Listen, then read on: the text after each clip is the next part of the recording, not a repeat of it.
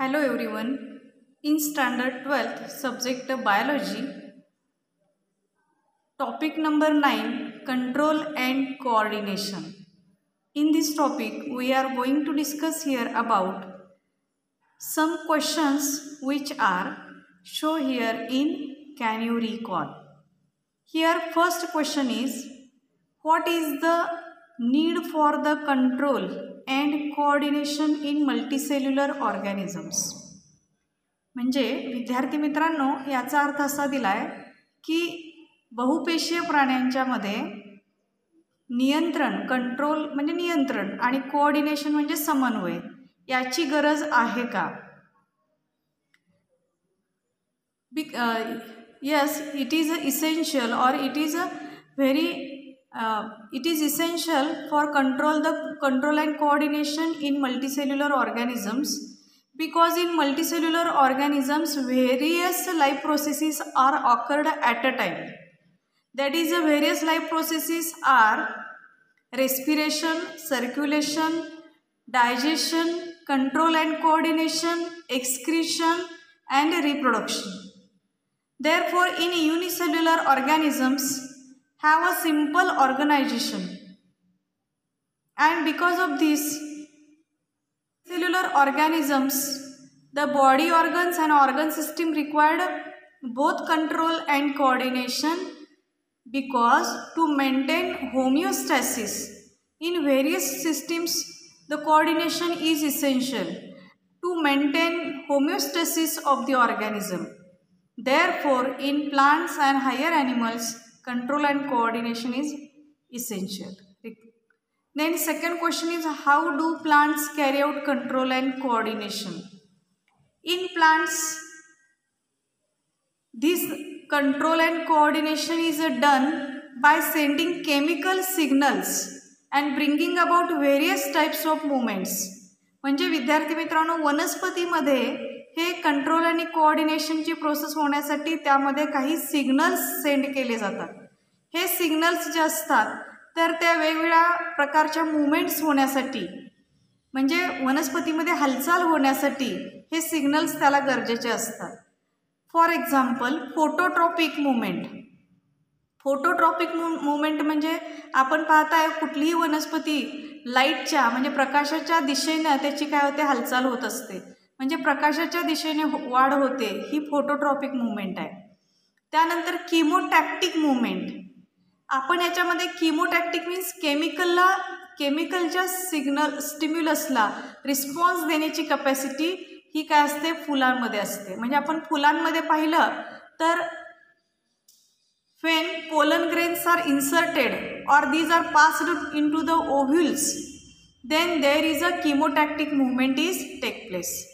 And thigmotactic movements are the movements which are with the help of solid bodies, means these are plants give response to the solid bodies, and because of this thigmotactic movements are occurred. Animals, especially all higher vertebrates, show gradual increase in the complexity of their control.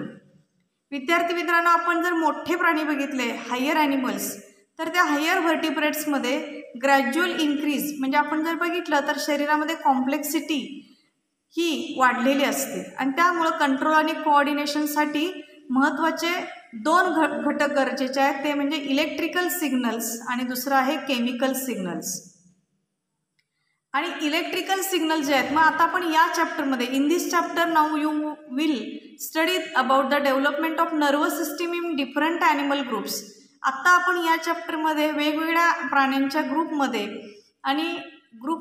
Actually nervous system कशी develop झालेली आहे, and details of the system in humans, आणि आपण मानवी चेतासंस्थेविषयी details माहिती आपण याच्यामध्ये पाहणार आहोत. The porifera sponges are the most primitive of the animal phyla. आपण जर पाहिलं तर पोरिफेरल ॲनिमल्स जे आहेत ते जास्त काय दुर्मिळ आहेत, खूप पूर्वीचे प्राणी आहेत हे, की जे ॲनिमल फायलामध्ये आपल्याला आढळून येतात. आणि यामुळं इथं आपल्याला कॅन यू रिकॉलमध्ये पुन्हा दोन प्रश्न विचारले. Do sponges have tissues and organs, म्हणजे स्पॉन्जिसमध्ये टिश्यूज आणि ऑर्गन्स डेव्हलप झालेले असतात का? तर स्पॉन्जिस जे असतात तर even though there are different types of cells in sponges for carrying out various different functions, a proper nervous system is lacking. म्हणजे याचा अर्थ येता की स्पॉन्जेसमध्ये प्रॉपर नर्वस सिस्टीम अशी डेव्हलप झालेली नसते. आणि to carry out different efficient working of the body, these multicellular animals show division of labor among the cells. म्हणजे त्याच्यामध्ये टिश्यू डेव्हलप झालेले नसतात, पण ते कामाची विभागणी ही सेल्समधूनच होत असते. This lead to specialization of cells for the various activities like digestion. and म्हणजे याच्यासाठी सेल्समध्ये जे स्पेशलायझेशन केलेलं असतं ते त्याच्या कार्यानुसार असतं. त्याच्यामध्ये डायजेशन आहे, रेस्पिरेशन आहे, एक्सक्रिशन आहे आणि या पद्धतीनं त्यांच्यामध्ये सेलमध्येच काय झालेलं असतं, कामाची विभागणी झालेली असते. Then can sponges coordinate their various functions. Sponges division of लेबरनुसार त्याचे वेगळे जे फंक्शन्स आहेत, डायजेशन, रेस्पिरेशन, एक्सक्रिशन आणि अदर, हे सगळं ते स्पेशल सेल्स मार्फतच कॅरी करतात. Later in higher animals phyla the cells from tissues, organs and systems which must work in coordination with each other for smooth internal functioning of the body. म्हणजे जे cells टिश्यूमधले आहेत, ऑर्गन्समधले आहेत आणि सिस्टीममधले आहेत ते एका कोऑर्डिनेशनमध्ये काम करत असतात आणि त्यामुळे आपल्या बॉडीचे इंटरनल फंक्शनिंग काय होत असतात, पूर्ण होत असतात. Also the organisms must be able to respond and coordinate with respect to various stimuli or changes in the external environment. आणि इतकंच नव्हे तर प्रत्येक सजीव हा प्रत्येक स्टिम्युलसला रिस्पॉन्ड देत असतो, म्हणजे प्रतिसाद देतो. And coordinate with respect to various stimuli, आणि प्रत्येक स्टिम्युलस बरोबर तो कोऑर्डिनेट करत असतो. Or changes in the external environment. External म्हणजे बाहेरचं वातावरण जसं बदलेल तसं प्रत्येक स्टिम्युलसला रिस्पॉन्स देणं आणि त्याच्यानुसार शरीरामध्ये बदल करून घेणं हे प्रत्येक सजीवामध्ये होत असतं.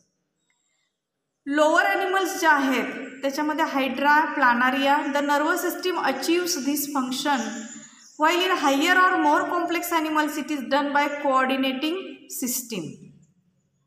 आपण जर पाहिलं तर लोअर ॲनिमल्स जे आहेत त्याच्यामध्ये हायड्रा आणि प्लानारिया यांच्यामध्ये नर्वस सिस्टीम जी आहे ती अचीव्ज, म्हणजे हायड्रा असू दे किंवा लोअर नर्वस सिस्टीम ही कमी प्रमाणात डेव्हलप झालेली असते, पण हायर ॲनिमल्समध्ये मात्र ही नर्वस सिस्टीम ही दोन प्रकारे डेव्हलप झालेली असते. म्हणजे कंट्रोल आणि कोऑर्डिनेशनसाठी नर्वस सिस्टीम जी डेव्हलप झालेली असते ती फास्ट असते, म्हणून त्याला इलेक्ट्रिकल सिस्टीम असं म्हटलेलं आहे. आणि दुसरी असते ती केमिकल म्हणजे control system. This is also called as a endocrine chemical control system. These two systems will be studied separately through they work in coordination with each other. म्हणजे जे दोन वेगवेगळ्या सिस्टीम आहेत will be studied separately through they work in coordination with each other.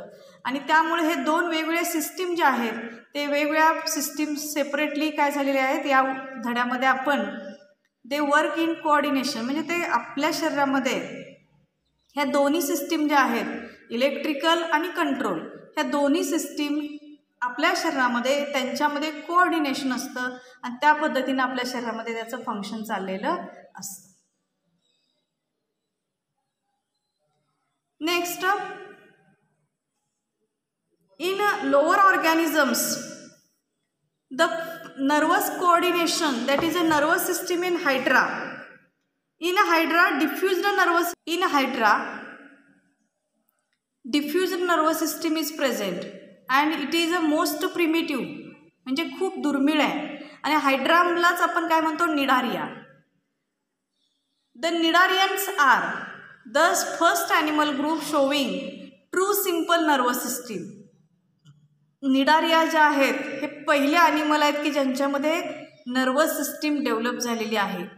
It consist of the sensory cells and the nerve cells or neurons along with their fibres. The nerve cells are scattered or distributed throughout the body and interconnected to each other by synapses between their fibres to form a nerve net. Means here nerve cells म्हणजे चेतापेशी जे असतात त्या हायड्रामध्ये संपूर्ण शरीरामध्ये काय झालेले असतात, संपूर्ण शरीरामध्ये पूर्णपणे पसरलेले असतात आणि ते एकमेकांना सिनॅप्सिसनं जोडलेले असतात. There are 2 nerve nets both in mesoglea, म्हणजे देर आर 2 नर्व नेट्स, एकूण 2 नर्व नेट्स असतात. तर त्याच्यामध्ये बोथ इन मिसोग्लियामध्ये पण, and one connected towards the epidermis and second towards the gastrodermis. एक इपिडर्मिसमध्ये आणि दुसरं गॅस्ट्रोडर्मिसमध्ये अशा पद्धतीनं हे नर्व नेट्स जोडलेले असतात. There are sensory cells scattered in the body wall and tentacles. Here in Hydra, sensory cells are scattered in the body wall and tentacles but no sense organs. म्हणजे इथं हायड्रामध्ये सेन्स ऑर्गन्स हे नसतात आणि शिवाय neurons have fibres but there are no sensory and motor nerves. म्हणजे हायड्रामध्ये sensory आणि motor nerves develop झालेले नसतात. Nerve impulse shows no polarity or direction. Nerve impulse जे असतात त्याच्यामध्ये कुठल्याही पद्धतीनं पोलॅरिटी किंवा डायरेक्शन असत नाही. Thus in hydra activation of sensory cells can happen at any point. आणि म्हणून हायड्रामध्ये ॲक्टिवेशन शरीराच्या कुठल्याही पॉईंटमध्ये घडून येतं. And from this point impulse can be carried out through the body in any direction, thus bringing movements of the body or tentacles. That is a example catching of prey during feeding. म्हणजेच हायड्रामध्ये आपण जर पाहिलं तर impulse जे असतात ते कुठल्याही पॉईंटला कॅरी आउट केले जातात आणि त्यामुळे मुवमेंट्स जे कॅरी करायचे आहेत ते त्याच्या टेंटॅकल्सकडे किंवा बॉडीकडे कुठूनही ते काय होतात कॅरी केले जातात. म्हणजे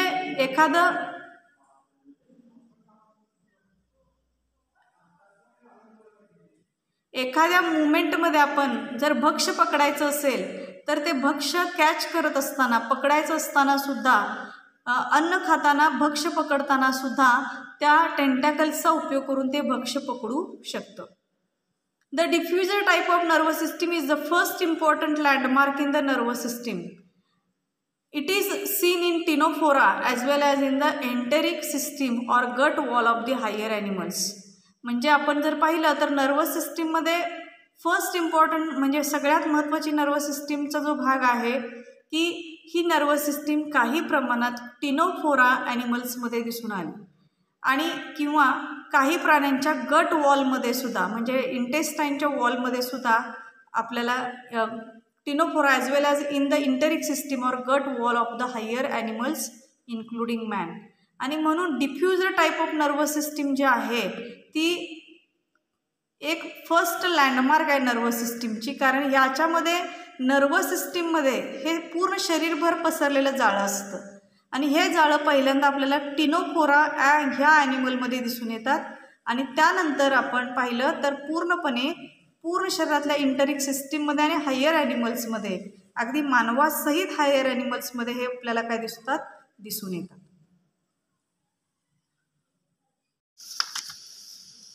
Next point is nervous system in planaria. Planaria, it is also called as a flatworm. In this primitive animal with a central nervous system, that is a CNS, located on the ventral side of body. विद्यार्थी मित्रांनो, समोर जो दिसतोय तुम्हाला हा जो प्लानारिया आहे याचा हा फ्लॅटवर्म आहे, म्हणजे चपटाकृमी. तर याच्या व्हेंट्रल साईडला त्याची सेंट्रल नर्वस सिस्टीम काय झाली असते, डेव्हलप झालेली असते. मास ऑफ सेरिब्रल और सिफॅलिक गँग्लिऑन. आता हा लोअर ऑर्गॅनिझम आहे आणि त्यामुळे याच्या शरीरामध्ये मेंदूच्या ऐवजी हाच मेंदू गँग्लिऑनेटेडच्या रूपात असतो. Ganglion means it is a bunch of nerve cell. म्हणजे नर्व सेलचा बंच तयार होऊन ते नर्व सेल्स म्हणजे हा गँग्लिऑनच्या रूपात असतो आणि म्हणून त्याला मास म्हटलेला आहे. आणि त्यामुळं मास of cerebral or cephalic ganglion appearing like an inverted U shaped brain. म्हणून उलटा यू आकाराचा, आपण आकृतीमध्ये पाहताय की उलट्या यू आकाराचा तिथं ब्रेन दिसतोय. म्हणजे यू शेप्ड ब्रेन आपल्याला त्याच्या व्हेंट्रल साईडला दिसतो. व्हेंट्रल पेयर आपण आकृतीमध्ये काळजीपूर्वक पाहिला तर यू आकाराचा काय दिसतोय, तिथं जोडी दिसते आणि त्याला व्हेंट्रल साईडला आहे म्हणून व्हेंट्रल पेयर म्हणायचं. Ventral pair of nerves arising from ganglia, म्हणजे ती व्हेंट्रल पेयर जी आहे नर्वची आपल्याला दिसत आहेत आकृतीमध्ये. नर्व कॉर्ड जे लेबल दिलेलं आहे ते नर्व कॉर्ड म्हणजेच ते नर्वने बनलेले कॉर्ड आहे आणि हे जे कॉर्ड आहे ते गँग्लियाला काय केलेलं असतं, जोडलेले असतात आणि हे गँग्लिया जोडून हा कॉर्ड बनलेला आहे. Then this nerve cord ventral pair of nerves arising from ganglia interconnected to each other by transverse nerve or commissure in a ladder like manner. आणि त्यामुळं इथं सेम गँग्लिया एकमेकांना जेव्हा इंटरकनेक्ट होतात तेव्हा त्याला काय म्हणायचं आहे, ट्रान्सवर्स नर्व किंवा commissure in a ladder like manner, म्हणजे हा कमिशर म्हटलेला आहे. या पद्धतीनं याच्यामध्ये नर्वस सिस्टीम ही काय असते, यू शेप्ड आहे आणि ती आपल्या सिफॅलिक रिजनमध्ये म्हणजे सेरिब्रम म्हणजे डोक्याच्या भागामध्ये पासून ती अराईज होते. The peripheral nerve plexus arising laterally from VNC. आता इथं VNC म्हणजेच मुलांनो व्हेंट्रल नर्व कॉर्ड. बघा विद्यार्थी मित्रांनो, हा प्लानारी हा लोअर ऑर्गॅनिझम आहे, त्याच्यामध्ये मानवासारखा काही मेंदू डेव्हलप झालेला नाही आहे, पण तो नर्व कॉर्डच्या रूपात हा मेंदू आहे आणि तो व्हेंट्रल साईडला आहे म्हणून याला व्हेंट्रल नर्व कॉर्ड म्हटलेला आहे. हा व्हेंट्रल नर्व कॉर्ड संपूर्ण शरीरामध्ये हा पसरलेला आहे, आपण आकृतीमध्ये पाहतोय म्हणून याला पेरिफेरल नर्व्ज म्हणायचं. आता त्याच्यापासून ह्या व्हेंट्रल नर्व कॉर्डपासून अराईज होणारे सगळे जे नर्व्ज आहेत ते nerve plexus arising laterally from VNC हे व्हेंट्रल नर्व कॉर्डपासून अराईज होतात आणि ते त्या भागामध्ये काय होतात, पसरतात. यानंतर नेक्स्ट पार्ट आहे न्यूरल टिश्यू. न्यूरल टिश्यू म्हणजे चेताऊती. There are 2 types of cells in neural tissue, the neurons and the neuroglia or glial cells. बघा या नर्वस टिश्यू म्हणजे चेताऊतींना किती नाव आहेत, न्यूरॉन्स, न्यूरोग्लिया, न्यूरोग्लियालाच आपण दुसरा शब्द आहे glial cells. Nerve is a bundle of axon. विद्यार्थी मित्रांनो आपल्याला एका नर्व सेलची आकृती माहिती आहे, तर त्यामध्ये नर्व जे आहे तर त्या नर्व म्हणजे ती कशाने आहे, ॲक्झॉनच्या बंडलला तयार झालेली आहे. And outside the CNS central nerve सिस्टीमच्या बाहेरच्या बाजूला इट इज कॉल्ड नर्व. म्हणजे जेव्हा CNSच्या बाहेर आपण येतो तेव्हा तेथून फंक्शन्स कॅरी करणारी असते ती म्हणजे नर्व, आणि CNSच्या आतमध्ये गेलो while inside it is called tract. आणि CNSच्या आतमध्ये आपण हेच बंडल ऑफ ॲक्झॉन जे आहे त्याला आपण ट्रॅक्ट म्हणतो. विद्यार्थी मित्रांनो आता याच्यामध्ये टाईप्स ऑफ नर्व जे आहेत, टाईप्स ऑफ नर्व एकूण 3 टाईप्सचे असतात. एक म्हणजे न्यूरॉनचे जे टाईप्स आहेत त्याच्यामध्ये पहिला टाईप आहे सेन्सॉरी नर्व्स. सेन्सॉरी म्हणजेच सेन्सॉरी जे आहेत ते सेन्सेशन कॅरी करणारे. त्यानंतर दुसरा आहे motor nerves with motor fibres, म्हणजे मेंदूकडून इंटरॅक्शन झाल्यानंतर उत्तर आणणारी जी नर्व असते इफेक्टिव्ह ऑर्गनपर्यंत ती मोटार नर्व. आणि या दोघांचेही काम करणारी म्हणजे मिक्स्ड नर्व. मिक्स्ड नर्व जी असते ती दोन्हीचं पण काम करते, म्हणजे it is a both sensory as well as motor fibres. Then next neurons किंवा नर्व सेल्स जे आहेत, neuron is structural and functional unit of the nervous system. Neuron जे आहे ते नर्वस सिस्टीमचं स्ट्रक्चरल म्हणजे रचनात्मक आणि कार्यात्मक मूळ घटक आहे, म्हणजे चेतापेशी. Each multipolar neuron has 3 parts. प्रत्येक मल्टीपोलार न्यूरॉनमध्ये 3 पार्ट्स असतात. Cyton means cell body, dendron and axon.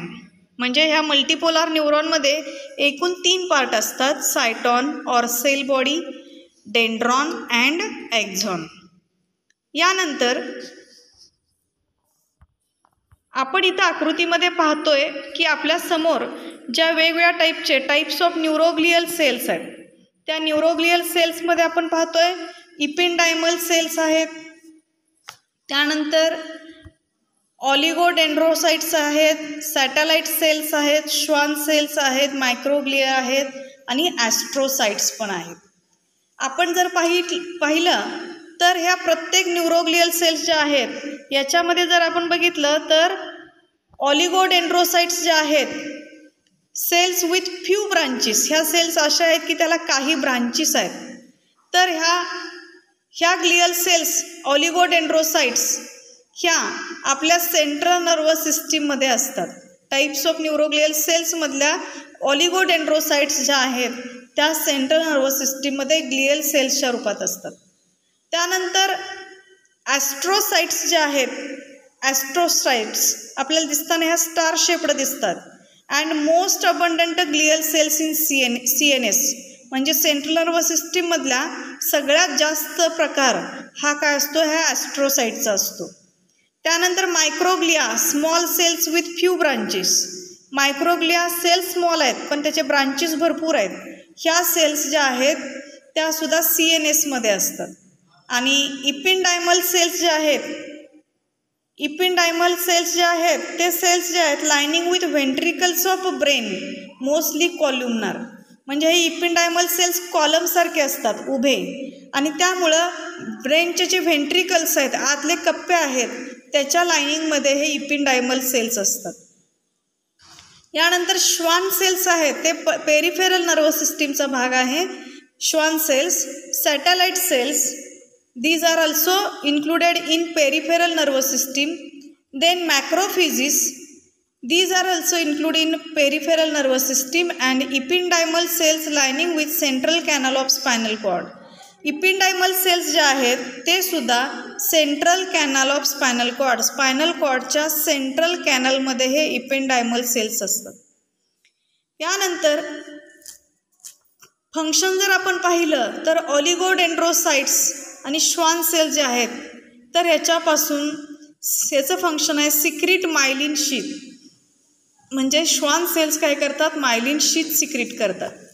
Then satellite cells ज्या आहेत किंवा ॲस्ट्रोसाइट्स ज्या आहेत त्याचं फंक्शन असं आहे, दीज आर प्रोटेक्ट मीन्स संरक्षण देतात, ॲज वेल ॲज कुशन म्हणजेच एक प्रकारे काय करतात, मऊ गादीसारखा पार्ट तयार करतात. And supply nutrients to near by neurons, आणि शेजारच्या न्यूरॉन्सला न्यूट्रियंट्स प्रोव्हाइड करण्याचं कार्य हे सॅटेलाइट सेल्स करत असतात.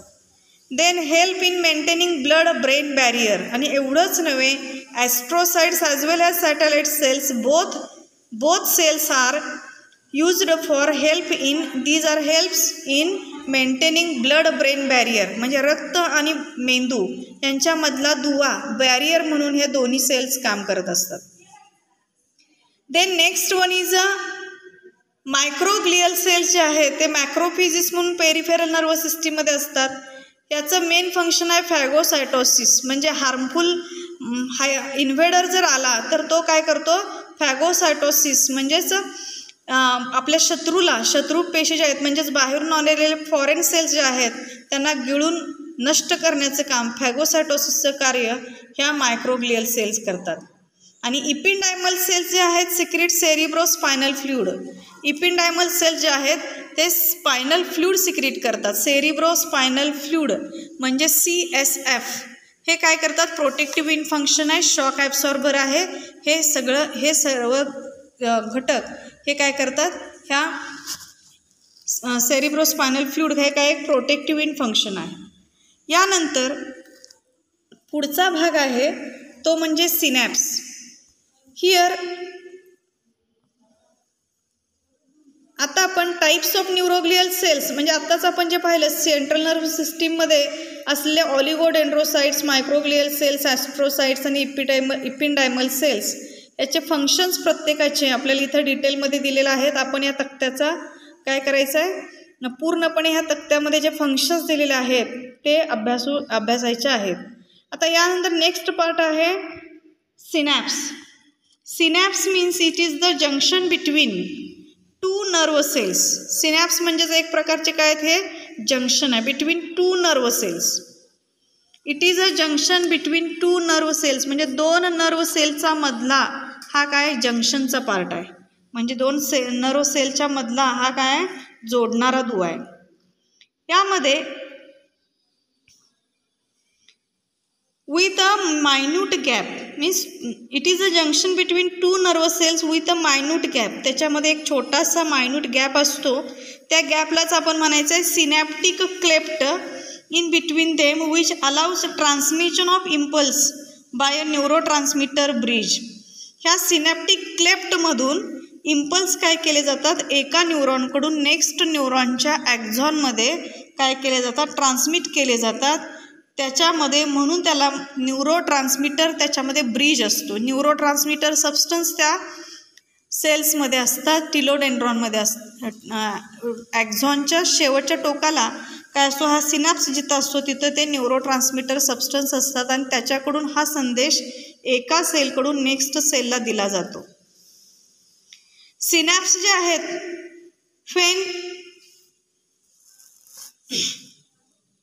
In synapse there are properties of nerve fiber. जर आपण पाहिले तर नर्व फायबर्स जे आहेत तर त्याच्या प्रॉपर्टीजमध्ये फर्स्ट एक्साइटेबिलिटी और इरिटेबिलिटी. प्रत्येक the nerve fibres on account of presence of polarized membrane have the ability to perceive stimulus and enter into a state of activity. जेव्हा प्रत्येक नर्व फायबर हा कोणता ना कोणता नर्व मेम्ब्रेनच्या ठिकाणी कोणताही स्टिम्युलस मिळाला की तो परसिव्ह करणे म्हणजे घेणे ही त्याची एक ॲबिलिटी. आणि घेतल्यानंतर तो काय होतो, आपली ॲक्टिव्हिटी दाखवतो, त्याला एक्साइटेबिलिटी म्हटलेलं आहे. Second one is second property of nerve fibre. ह्याला अधोरेखित करायचे ते सगळे nerve fibres. Properties of nerve फायबर्समध्ये सेकंड प्रॉपर्टी आहे conductivity. In conductivity it is the ability to transmit the excitation. म्हणजे ही अशी ॲबिलिटी आहे की ज्याच्यामध्ये काय केलं जातं, एक्सायटेशन, ट्रान्समिट द एक्सायटेशन. म्हणजे एका ठिकाणी एक्सायटेबिलिटी झाली की ती लगेच काय केली जाते, दुसऱ्या ठिकाणी पास केली जाते आणि म्हणून त्याला काय म्हटलेलं आहे, कंडक्टिव्हिटी. तिसरी प्रॉपर्टी आहे stimulus. Here stimulus means it is any detectable physical, chemical, electrical change in the external or internal environment which brings about excitation to a nerve. म्हणजे हा जो स्टिम्युलस मिळतो, स्टिम्युलस हे डिटेक्टेबल असतं. इट इज एनी डिटेक्टेबल म्हणजे काही शोधण्यासाठी असेल, फिजिकल असेल, शारीरिक असेल, केमिकल रासायनिक असेल, इलेक्ट्रिकल चेंज असेल. तर इन द एक्सटर्नल और इंटरनल इन्व्हायरमेंट, एक्सटर्नल किंवा इंटरनल इन्व्हायरमेंटमध्ये असणारा कोणताही बदल विच ब्रिंग्ज अबाउट एक्सायटेशन, त्याच्यामुळं एक्सायटेशन येत असेल म्हणजे सेलमध्ये एक्सायटेशन होत असेल. म्हणजे सेलनं जेव्हा स्टिम्युलस घेतल्यानंतर सेल एक्साइट होतं in a nerve or muscle or organ or organism. In order to be effective the stimulus must have minimum intensity called a threshold stimulus. Subliminal weak stimulus will have no effect while supraliminal strong stimulus will produce the same degree of impulse as the threshold stimulus. त्यानंतर next आहे summation effect. A single subliminal stimulus will have no effect but if many such a weak stimuli are given in a quick succession. म्हणजे एकच single subliminal stimulus आला की त्याचा effect होत नाही, पण एका वेळेला अशा अनेक वीक स्टिम्युला एकत्र आले तर त्या मात्र काय होते, क्विक त्याचं सक्सेशन होत असतं. यानंतर नेक्स्ट आहे all or none law. All or none law, the nerve will either conduct the impulse along with entire length or will not at all conduct the impulse as in case of subliminal or weak stimulus. म्हणजे इथं the nerve will either conduct of the impulse along with entire length or will not at all conduct the impulse as in case of subliminal or weak stimulus. काही वेळेला एखादी nerve संपूर्ण impulse काय करते, संपूर्ण त्याच्या नर्व सेलच्या entire लांबीपर्यंत काय करते, ती कॅरी आउट करते. पण काही मात्र काय करतात, हा इम्पल्स पूर्ण कॅरी करत नाहीत. म्हणजे जर वीक स्टिम्युलस असेल तर तो पूर्णपणे कंडक्ट केला जात नाही. Then next property of nerve fibre is refractory period. It is the time interval about millisecond during which a nerve fails to respond to a second stimulus, however strong it is. म्हणजे विद्यार्थी मित्रांनो की हा time interval आहे. म्हणजे एक impulse गेला त्यानंतर पुढचा इम्पल्स जो आहे त्याच्यामध्ये फक्त काही मिलीसेकंदाचा अवधी असतो की त्याला टाईम इंटरवल म्हटलेला आहे की त्याच्यामध्ये पुढचा नर्व लगेच काय होत नाही, नर्व इम्पल्स पास होत नाही. म्हणजे दोन इम्पल्स पास होण्याच्या मध्ये जो कालावधी आहे तो फक्त काही मिलीसेकंदाचा आहे आणि तो पूर्ण झाल्याशिवाय सेकंड स्टिम्युलस जरी तो स्ट्रॉंग असला तरी तो त्याचा एक ठराविक रिफ्रॅक्टरी पिरियडच्या शिवाय तो जाऊ शकत नाही. Then next property is synaptic delay. Synaptic delay, the impulse requires about 0.3 to 0.5 millisecond. याला अधोरेखित करून ठेवा की एक इम्पल्स जेव्हा पास होतो इट रिक्वायर्स 0.3 to 0.5 मिलीसेकंड्स. 0.3 ते 0.5 मिलीसेकंदची गरज असते टू क्रॉस अ सिनॅप्स. एक सिनॅप्स क्रॉस करायचं असेल तर फक्त 0.3 ते 0.5 मिलीसेकंदची गरज असते. This time is required for release a neurotransmitter. कारण या पिरियडमध्ये कमीत कमी कालावधीमध्ये ही कालावधी गरजेची आहे. कारण त्या कालावधीमध्ये न्यूरोट्रान्समीटर सबस्टन्स काय केले जातात, रिलीज केले जातात. ते कुणापासून, एका नर्व सेलच्या ॲक्झॉनपासून त्याच्या टर्मिनलला आणि नंतर excitation in the dendron of the next neuron आणि मग ते टिलोडेंड्रॉनकडे गेल्यानंतर नेक्स्ट न्यूरॉनला जायला फक्त 0.3 ते 0.5 मिलीसेकंदाचा सिनॅप्टिक डिले असतो. Next is a synaptic fatigue. The transmission of nerve impulse across the synapse. Nerve impulse जे आहेत ते सिनॅप्समधून ट्रान्समिट होत असताना halts temporarily due to exhaustion of its neurotransmitters. Synapse halts temporarily की हे the transmission of nerve impulse म्हणजे जेव्हा एका सेलमधून दुसऱ्या सेलमध्ये इम्पल्स पास होत असतो तेव्हा तो सिनॅप्समधून तिथं ॲक्रॉस दी सिनॅप्समधून पण तो पास होतो.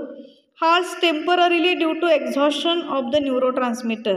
आणि त्यावेळेला काही प्रमाणात तिथं सिनॅप्स काय केले जातात, सिनॅप्समध्ये हे इम्पल्स थांबवले जातात टेम्पररीली, तात्पुरत्या रूपानं.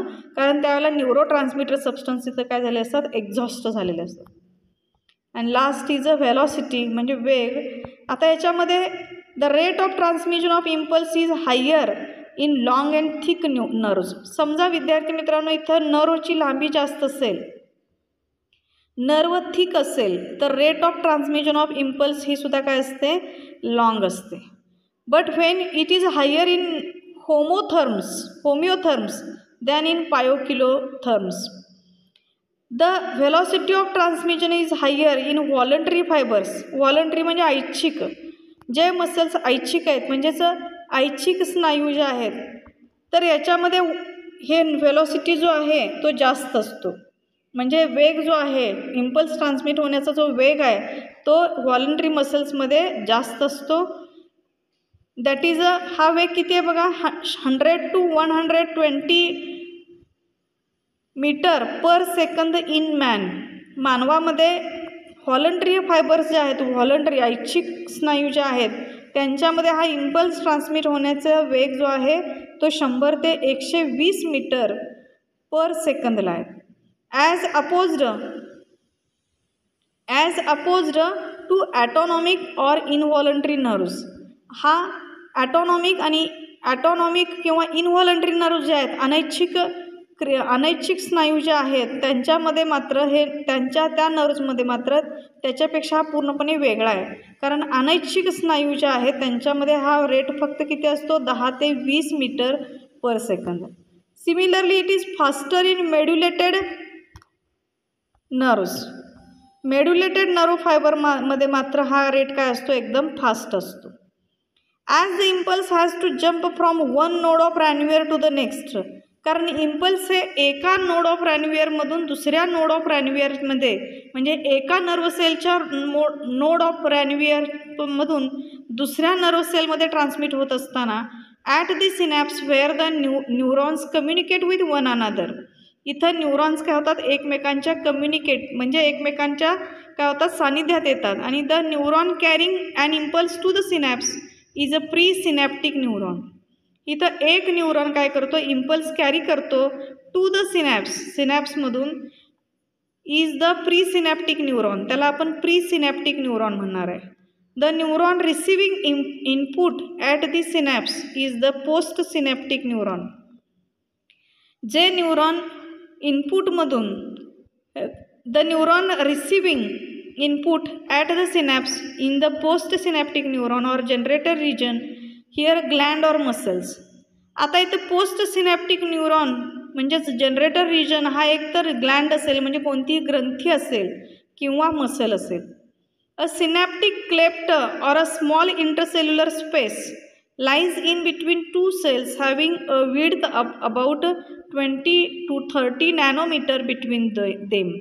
म्हणजे इथं सिनॅप्टिक क्लेफ्ट जो आहे त्याच्यामध्ये एक स्मॉल इंटरसेल्युलर स्पेस आहे, एक छोटीशी जागा आहे की जो गॅप आपण म्हणतो सिनॅप्टिक, तो गॅप कितीचा असतो फक्त त्याची जी विड्थ आहे त्या दोन सेल्समधला हा जो गॅप आहे सिनॅप्टिक गॅप किंवा क्लेफ्ट तर त्याच्यामध्ये फक्त 20 ते 30 नॅनोमीटर एवढीच फक्त काय असते त्याची विड्थ असते. The process by which the impulse from the pre synaptic neuron is conducted to the post synaptic neuron or a cell is called synaptic transmission. जी प्रोसेस आहे की ज्याच्यामध्ये इम्पल्स एका प्री सिनॅप्टिक न्यूरॉनकडून कंडक्ट करून ते post synaptic न्यूरॉनकडे वाहून नेले जातात त्याला आपण काय म्हणतो synaptic transmission. It is a one way process carried out by neurotransmission. ही एक वन वे प्रोसेस आहे म्हणजे एक मार्गी आहे आणि त्यामुळं हे न्यूरोट्रान्समिशन प्रोसेसमधून ही काय होते वेव ऑफ म्हणजे सिनॅप्टिक ट्रान्समिशनची प्रोसेस पूर्ण होते.